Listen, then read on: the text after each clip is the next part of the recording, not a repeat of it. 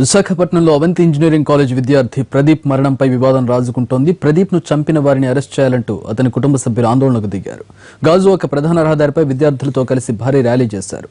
నిందితులకు సహకరిస్తున్న ఎస్ఐను వెంటనే అరెస్ట్ చేయాలని, తమ బిడ్డను చంపిన వారిని అరెస్ట్ చేయాలంటూ కన్నీరు పర్యంతమవుతున్నారు.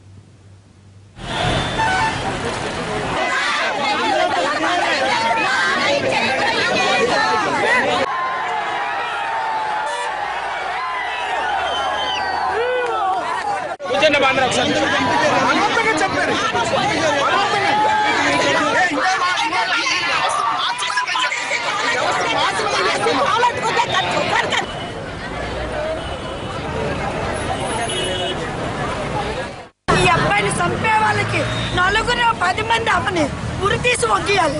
ఇలాంటి అబ్బాయిది ఏ అబ్బాయికి రాకూడదు.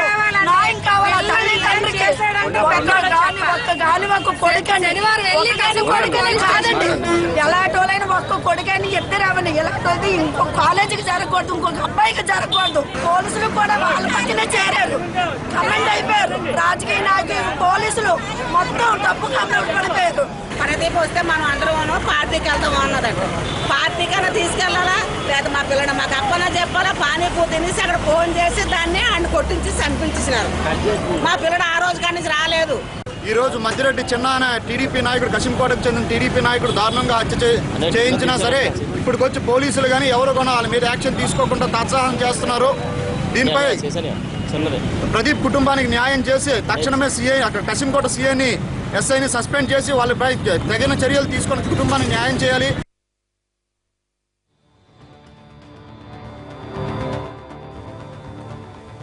విశాఖపట్నంలో అవంతి ఇంజనీరింగ్ కాలేజ్ విద్యార్థి ప్రదీప్ మరణంపై వివాదం రాజుకుంటోంది. ప్రదీప్ ను చంపిన వారిని అరెస్ట్ చేయాలంటూ అతని కుటుంబ సభ్యులు ఆందోళనకు దిగారు. గాజువాక ప్రధాన రహదారిపై విద్యార్థులతో కలిసి ర్యాలీ చేశారు. నిందితులకు సహకరిస్తున్న ఎస్ఐను వెంటనే అరెస్ట్ చేయాలని, తమ బిడ్డను చంపిన వారిని అరెస్ట్ చేయాలంటూ కన్నీటి పర్యంతమవుతున్నారు.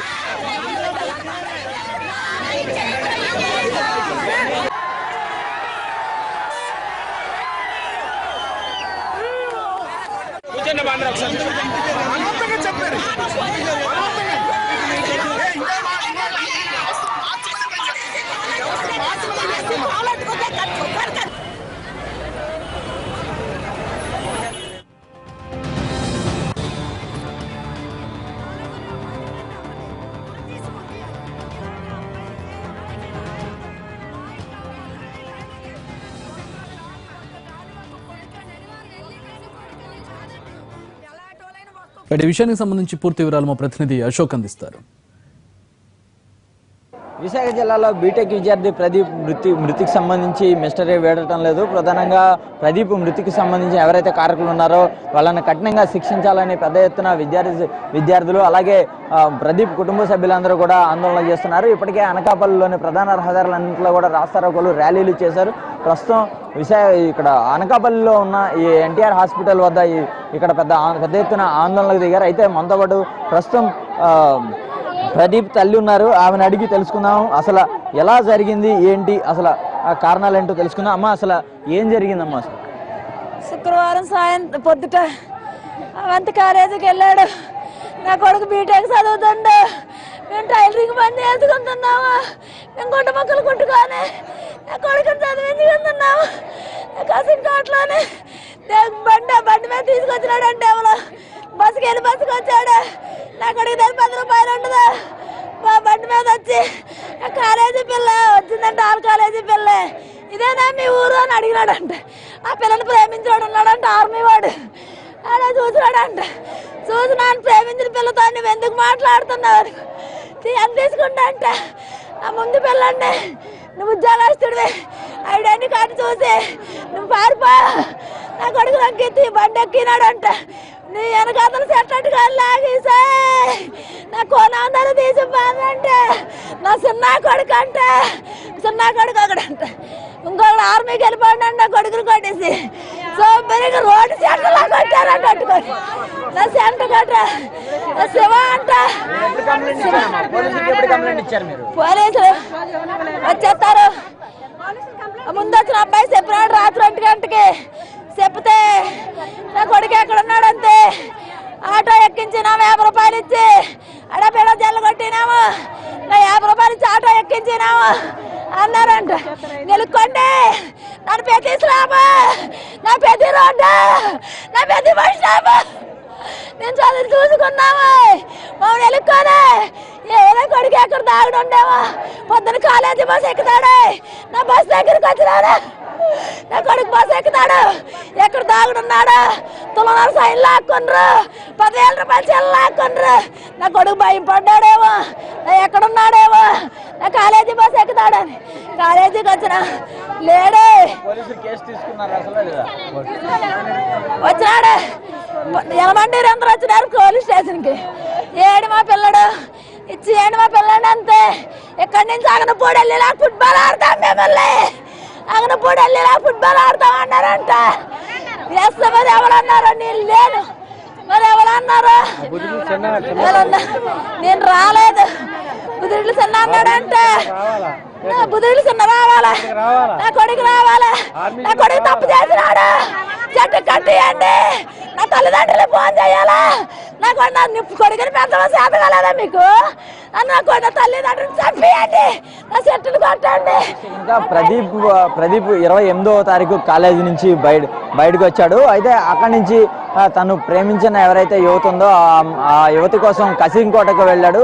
అక్కడ కసింకోటలో బస్ స్టాప్ సమయంలో వీళ్ళందరూ చాట్ తింటున్న సందర్భంలో కొంతమంది వచ్చి ప్రదీప్ మీద దాడి చేశారు. ప్రదీప్ అతని మిత్రుడి మీద దాడి చేయగా ప్రదీప్ మిత్రుడు అక్కడి నుంచి కూడా పారిపోయాడు. అయితే ప్రదీప్ వాళ్ళకి చిక్కాడు.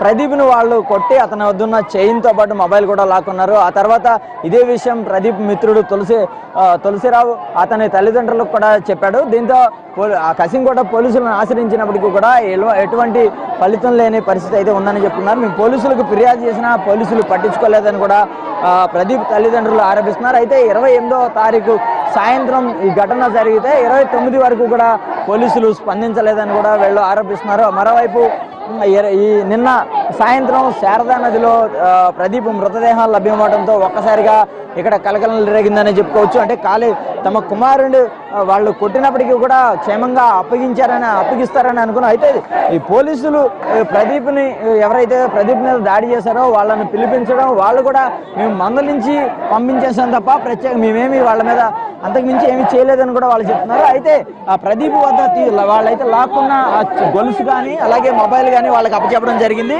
దీంతో మొత్తం పరిస్థితి అంతా ఒకసారిగా మారిపోయిందని చెప్తారు. అయితే కాలేజీకి వెళ్ళిన ప్రదీప్ తిరిగి వస్తాడనుకున్న నేపథ్యంలో శవమై తేలడంతో వీళ్ళందరూ కూడా ఆందోళన చేస్తున్నారు. అయితే మీరు చెప్పండి, ప్రధానంగా కారణం ఏమనుకున్నారు మీరు?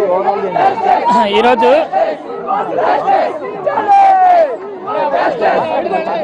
ప్రదీప్ని ఈరోజు ఒక నిమిషం ఈరోజు అవంతి కాలేజీలో చదువుతున్నటువంటి ప్రదీప్ని బుదిరెడ్డి చిన్న కసింకోట వాళ్ళ ప్రోత్సాహంతో అన్యాయంగా అతి కిరాతకంగా హత్య చేయడం జరిగింది. ఈ విషయం హత్య జరుగుతుందని అక్కడ ఉన్నటువంటి విద్యార్థులు ముందుగా పోలీసులకి కంప్లైంట్ ఇచ్చినా సరే పోలీసుల నిర్లక్ష్యం కారణంగానే ఈ హత్య జరిగింది. అందువల్ల ఈరోజు విద్యార్థులందరూ డిమాండ్ చేస్తున్నారు. సిపిఎం పార్టీగా మేము ఈరోజు దోషులు శిక్షించాలని కోరుతా ఉన్నాం. ఈరోజు పోలీసుల యొక్క నిర్లక్ష్యం వల్ల ఒక విద్యార్థి బలైపోయాడు. దోషులను వెంటనే శిక్షించాలి. దోషులను కారణమైనటువంటి బుదిరెడ్డి చిన్నాన్ని అరెస్ట్ చేయాలని మేము డిమాండ్ చేస్తాం. ప్రదీప్ మృత్యువాత పడడంతో మొత్తం విద్యార్థి సంఘాలందరూ కూడా తీవ్ర ఆందోళన చేస్తున్నారు. మొత్తం ఖచ్చితంగా ప్రదీప్ మృతికి సంబంధించి ఎవరైతే ఉన్నారో వాళ్ళందరూ కూడా కఠినంగా శిక్షించాలని వాళ్ళందరూ డిమాండ్ చేస్తున్నారు. అయితే మొత్తానికి ఇక్కడ చూస్తే కనుక ఈ ఉదయం అగనంపూడి వద్ద కూడా జాతీయ రహదారిని దిగ్బంధనం చేసి విద్యార్థులందరూ కూడా పెద్ద ఎత్తున ఆందోళన చేశారు. ఇప్పుడు అనకాపల్లిలోని ఈ ప్రభుత్వ ఆసుపత్రి వద్ద కూడా పెద్ద ఎత్తున విద్యార్థులు అలాగే మృతుడి బంధువులు కూడా ఇక్కడికి వచ్చి ఆందోళన చేస్తున్న నేపథ్యం ఉంది. మరోవైపు ఇక్కడ పరిస్థితిని చక్కదిద్దేందుకు ఎమ్మెల్యే కూడా రంగంలో దిగారు. గాజువాక ఎమ్మెల్యే ఇక్కడికి చేరుకున్నారు. వీళ్ళతో మాట్లాడే ప్రయత్నం చేస్తున్నారు. అయితే మృతికి సంబంధించి ఎవరైతే కారకులు ఉన్నారో మృతికి సంబంధించి వాళ్ళని శిక్షించాలంటూ ప్రదీప్ బంధువులు డిమాండ్ చేస్తున్నారు. ఈ నేపథ్యంలోనే అధికారులతో పాటు అలాగే అందరితో మాట్లాడించే ప్రయత్నం చేస్తున్నారు. మనతో పాటు ప్రస్తుతం ఇక్కడ గాజువాక ఎమ్మెల్యే పల్లా శ్రీను ఉన్నారు. మరిన్ని వివరాలు తెలుసుకునే ప్రయత్నం చేద్దాము. అసలు ఏంటి పరిస్థితి సమీక్షించే వరకు మాట్లాడించే ప్రయత్నం చేద్దాము.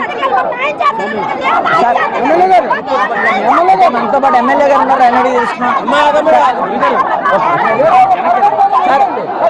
సార్ మీరు చెప్పండి, ఇప్పుడు వీళ్ళందరూ కూడా అంటే ఆ రోజు కంప్లైంట్ ఇచ్చినా కూడా పట్టించుకోలేదు అంటున్నారు. అసలు ప్రధానంగా ఏంటి సార్ మరి ఇప్పుడు 28వ తారీఖు సాయంకాలం 28వ తారీఖు సాయంకాలం ఊర్లో సుమారు 10 గంటల ప్రాంతంలో కుర్రోడు ఇలాగా కసింకోటలో ఎవరో కుర్రోడు వచ్చి పట్టుకున్నారు అని చెప్పడం జరిగిందండి. మరుసటి రోజు 29 తెల్లవారు వచ్చి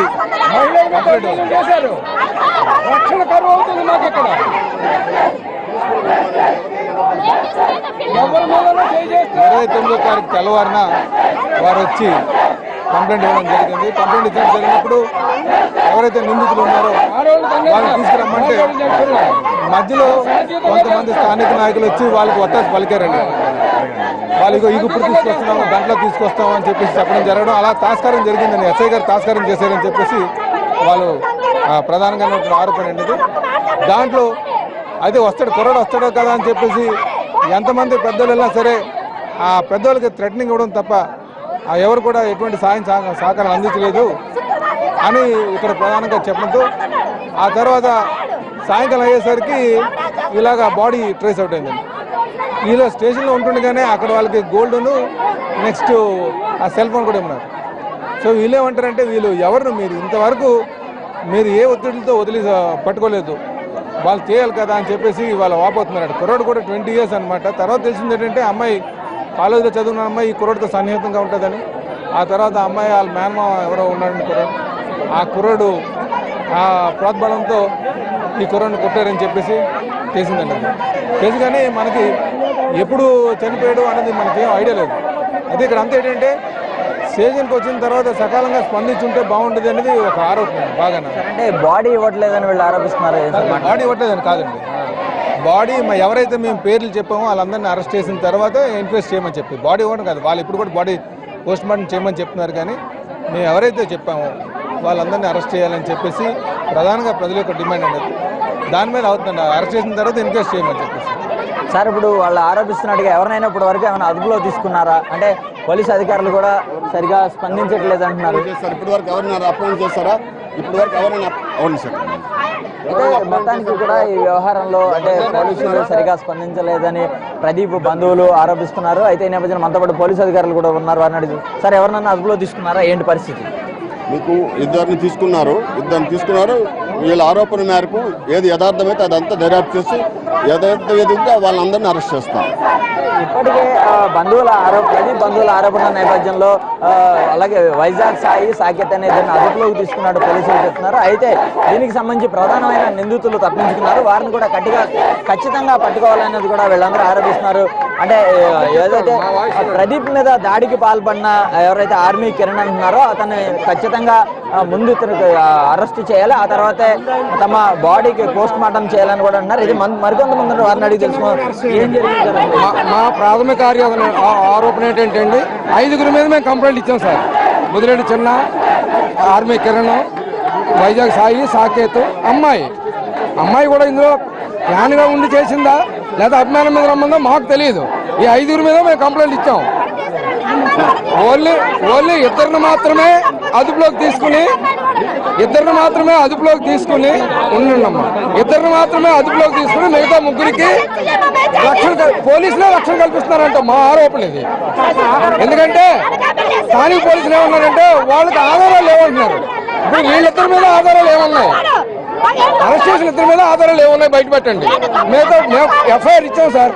మీరు పరిగణలోకి తీసుకుని వాళ్ళ అదుపులోకి తీసుకుని విచారణ చేసి అప్పుడు వీళ్ళు ముద్దాయిలు కాదని మీరు కేసు కట్టకుండా వదిలేయచ్చు. ఆ తర్వాత అంశం అసలు ప్రధానంగా వీళ్ళందరూ ఆరోపిస్తున్నారు. మేము కంప్లైంట్ ఇచ్చినప్పుడు కూడా పట్టించుకోకపోగా